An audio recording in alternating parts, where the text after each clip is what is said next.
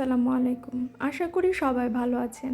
আজ আমি আপনাদের সাথে শেয়ার করব বড় সাইজের চিংড়িগুলো কিভাবে খুব সহজেই আপনারা কেটে নেবেন। আরও শেয়ার করব কিভাবে গলদা চিংড়ি রান্না করলে গলদা চিংড়ির আসল স্বাদটা আপনারা পাবেন। অতিরিক্ত মশলায় যেন গলদা চিংড়ির স্বাদটা নষ্ট না হয়ে যায়, সেজন্য আমি আপনাদের সাথে গলদা চিংড়ি রান্নার সঠিক রেসিপিটি শেয়ার করব। আশা করছি আজকের রেসিপিটি আপনাদের খুবই উপকারে আসবে।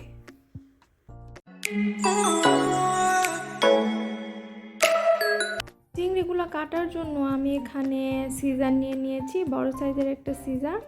তো আপনারা চাইলে এটা বটি দিয়েও করে নিতে পারেন, তবে সিজার দিয়ে করতে সুবিধা একটু বেশি লাগে আমার কাছে, তাই আমি সিজার নিয়েছি। তো এখানে পেটের নিচে দেখবেন যে যে পাগুলো আছে ছোট ছোট, এই পাগুলাকে প্রথমে কেটে নেবেন। নিচের এই পাগুলো আমার কাটা হয়ে গিয়েছে। দ্বিতীয় স্টেপে যে লেজের এই যে চোখা যে অংশটা আছে, এটা খেতে গেলে কিন্তু মুখে লাগে, তাই এটা অবশ্যই কেটে নেবেন। তো আমি এখন এটা কেটে নিচ্ছি। থার্ড স্টেপে গিয়ে কি করবেন, এই যে সুর যে আছে, সুরের নিচের যে অংশটা আছে সেইটাকে সিজার দিয়ে কেটে নেবেন। তো এগুলো একটু শক্ত হয়, খুব ভালো করে কেটে নিতে হবে। তো এটা কাটা শেষ। এখন এর যে চোখটা আছে সেই চোখগুলোকে কেটে নিতে হবে। এখন বড় কাটার মতো যে সুরটা আছে সেই সুরের পাশ দিয়ে এইভাবে ভি শেপ করে তারপরে কেটে নিতে হবে। এখানে কিন্তু চিংড়ি মাছের ময়লাটা থাকে, একটা কালো দলা। অনেকে মনে করেন যে হলুদ যেই অংশটা আছে এটা হচ্ছে ময়লা, ওটা কিন্তু ময়লা না।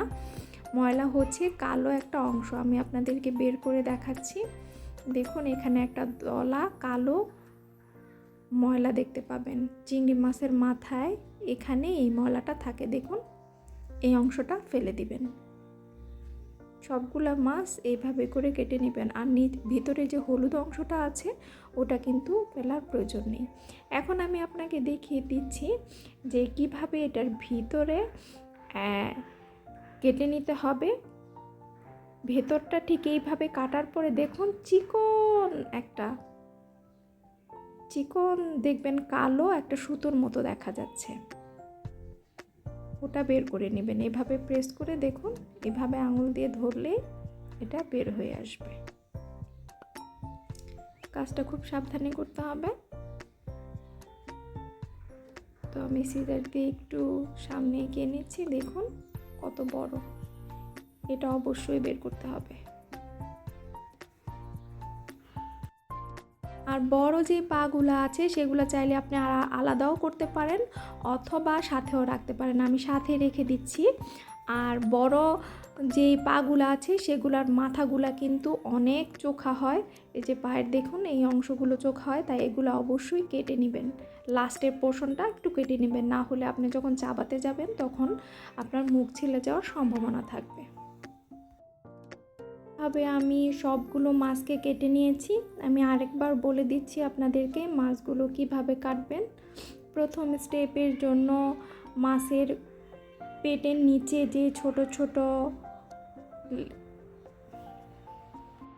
তো এইভাবে করে আমি সবগুলো মাছ কিন্তু কেটে নিয়েছি। আরেকবার বলে দিচ্ছি আপনাদেরকে যে মাছগুলো কিভাবে কাটবেন। দেখুন এই যে মাথার এই সুরটুকু কাটবেন, পেটের নিচের এই ছোট পাগুলো কাটবেন, তারপর সামনের যে সুরগুলো আছে সেগুলো কাটবেন, তারপর পিঠের এখানে যেই সুতোর মতো যে একটা অংশ আছে সেটাকে কেটে নিতে হবে এবং পায়ের নিচের পোর্শনটা কেটে নেবেন। এভাবে সবগুলো মাছ কেটে নিতে হবে। মাছগুলোকে আমি প্রথমে ম্যারিনেট করব। ম্যারিনেট করার জন্য আমি এখানে দিয়ে দিচ্ছি স্বাদ মতো লবণ, আর দিয়ে দিচ্ছি 1 চা চামচ মরিচের গুঁড়ো, 1 চা চামচ হলুদের গুঁড়ো। এখন সব কিছুকে মাছের সাথে খুব ভালো করে মাখিয়ে নিতে হবে।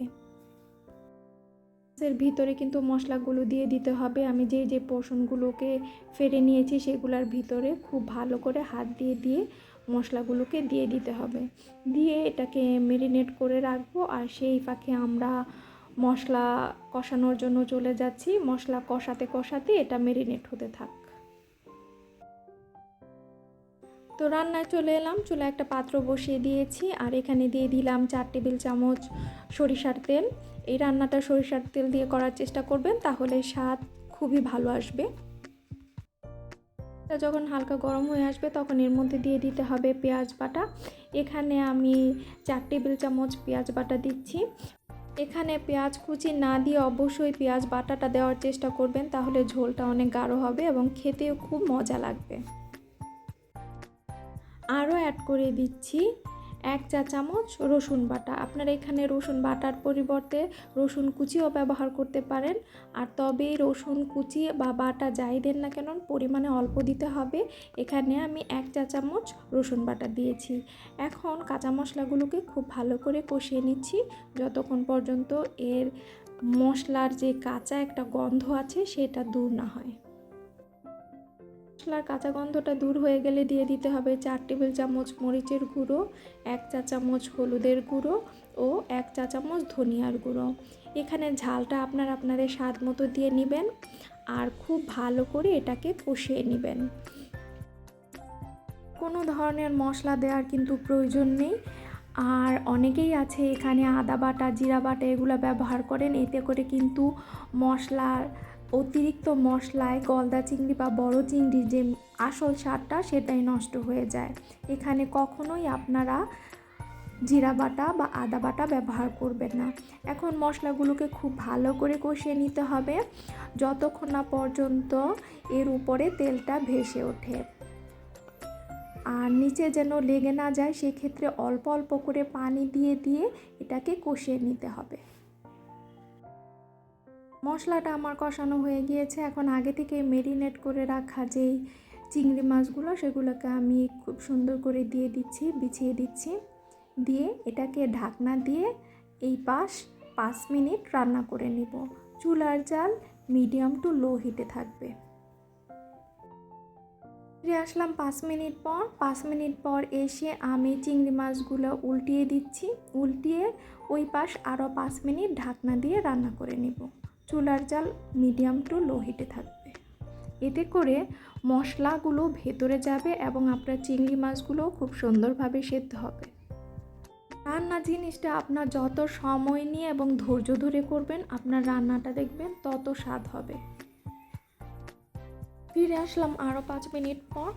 দেখুন আমার চিংড়ি মাছগুলোর রং কি সুন্দর পাল্টে গেছে এবং দেখতেও খুব সুন্দর লাগছে। এখন আমি যে মশলাগুলো আছে সেই মশলাগুলো এগুলোর ভিতরে ঠিক এইভাবে করে দিয়ে দিব, এতে করে চিংড়ি মাছটার ভেতরে মশলাটা যাবে এবং খেতে খুবই মজা লাগবে। এইভাবে করে সবগুলোকে একটু ধরে ধরে তারপরে এটার ভেতরে মশলাটা ঢুকিয়ে দেওয়ার চেষ্টা করবেন। এখন চুলার জাল মিডিয়াম টু হাই হিটে রেখে খুব ভালো করে চিংড়ি মাছগুলোকে কষিয়ে নিব। কষানোর এক পর্যায়ে দেখবেন ঝোলগুলো আর আলাদা নেই, চিংড়ি মাছের সাথে লেগে গিয়েছে। তখনই বুঝতে পারবেন যে চিংড়ি মাছটা খুব ভালো করে কষানো হয়ে গিয়েছে। চিংড়ি মাছগুলো কিন্তু আমার কষানো হয়ে গিয়েছে। এই পর্যায়ে এসে আমি 1.5 কাপ পরিমাণ গরম পানি দিচ্ছি। পানিগুলো দিয়ে সাইডে যে মশলাগুলো আছে ওগুলো মাঝখানে এনে দিচ্ছি এবং মাছগুলোকে উল্টে পাল্টে একটু নেড়ে দিচ্ছি। অবশ্যই এখানে গরম পানিটাই ব্যবহার করবেন। এখন এটা ঢাকনাটা দিয়ে দিচ্ছি, আর ঢাকনা যদি কোনো ফুটো থাকে সেই ফুটোটা অবশ্যই বন্ধ করে দিতে হবে। আর চুলার জাল এই পর্যায়ে মিডিয়াম হিটে থাকবে। মিডিয়াম হিটে রেখে এটাকে 15 মিনিটের মতো রান্না করে নিব। ফিরে আসছি 15 মিনিট পর। ফিরে আসলাম 15 মিনিট পর। 15 মিনিট পরে এসে আমি চিংড়ি মাছগুলোকে উল্টে দিচ্ছি। উল্টে দেওয়ার পর এখন ওই পাশটা আরও 15 মিনিট রান্না করে নিব। পাশে আমি 15 মিনিট করে রান্না করে নিয়েছি। আর দিয়ে দিচ্ছি এখানে কাঁচামরিচ। কাঁচামরিচটা দেওয়াতে সুন্দর একটা ফ্লেভার আসবে এবং খেতে খুবই ভালো লাগবে। কাঁচামরিচটা দেওয়ার পর এগুলোকে সবগুলোকে একটু উল্টে পাল্টে নেড়ে দিচ্ছি। যত আপনি এটাকে উল্টে পাল্টে নেড়ে দিবেন তত এটার ভিতরে মশলাটা যাবে এবং খেতে মজা লাগবে। কাঁচামরিচটা দেওয়ার পর আরও 5 মিনিটের মতো আমি এটাকে রান্না করে নিয়েছি। আমার চিংড়ি মাছগুলো কিন্তু রান্না কমপ্লিট। গলদা চিংড়ির আসল ফ্লেভার পেতে হলে আমার রেসিপিটি অনুসরণ করে অবশ্যই বাসায় একবার হলেও রান্না করবেন। আর রান্না করে থাকলে আমাকে কমেন্ট করে জানাতে ভুলবেন না। আশা করছি পরিবারের সবাই খুব পছন্দ করবে। আজ এই পর্যন্তই, পরবর্তীতে আবার নতুন কোনো রেসিপি নিয়ে হাজির হব। সে পর্যন্ত ভালো থাকুন, সুস্থ থাকুন, আর আমার চ্যানেলটিকে সাবস্ক্রাইব করে পাশেই থাকুন। আল্লাহ হাফেজ।